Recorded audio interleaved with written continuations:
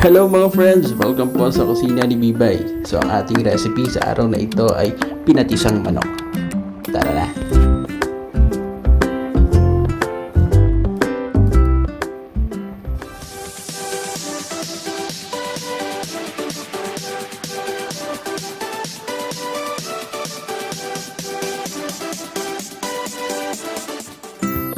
At para po sa ating complete ingredients, paki-check lang po ang ating description box.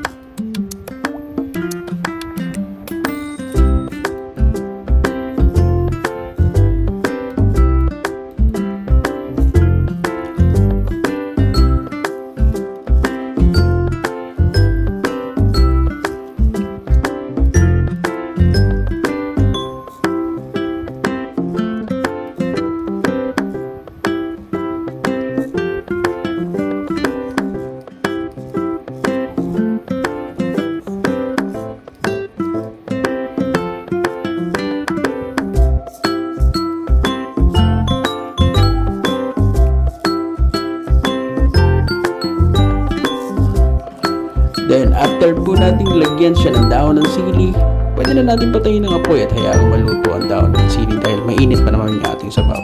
Kami po ang kusina ni Bibay. Don't forget to like, subscribe and share. And as always, enjoy cooking. See you in our next video.